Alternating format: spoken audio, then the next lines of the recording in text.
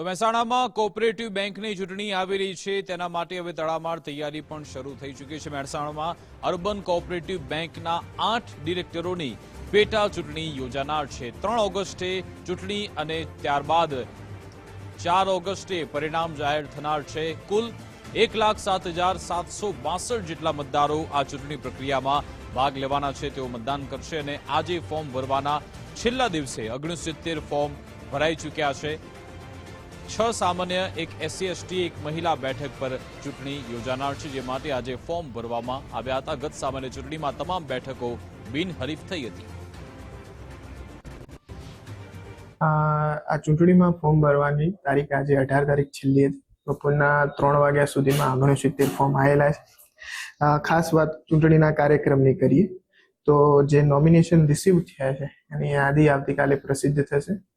5 વાગ્યા સુધીમાં એની યાદી પ્રસિદ્ધ કરવાની છે। 21 તારીખ એટલે કે સોમવારના રોજ એની સ્ક્રુટિની છે સવારના 11 વાગ્યાથી। પરત ખેંચવાની ફોર્મની તારીખ છે 25 તારીખ, જે 11 વાગ્યાથી તે બપોરના 3 વાગ્યા સુધી ફોર્મ પરત ખેંચવા હોય એ વિડ્રો કરી શકે છે।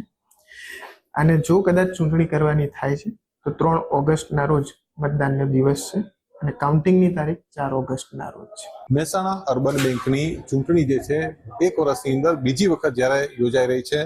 ખાસ વાત કરીએ તો અર્બન બેંક કોઓપરેટિવ જે બેંક જે છે એના 8 ડિરેક્ટરોની હાલમાં પેટા ચૂંટણીનું જે રણસીંગું છે ખાસ ફૂંકાઈ ચૂક્યું છે। અને વાત કરીએ તો 3 ઓગસ્ટે ચૂંટણી યોજાશે અને 4 ઓગસ્ટે જેનું પરિણામ જે છે જાહેર થશે।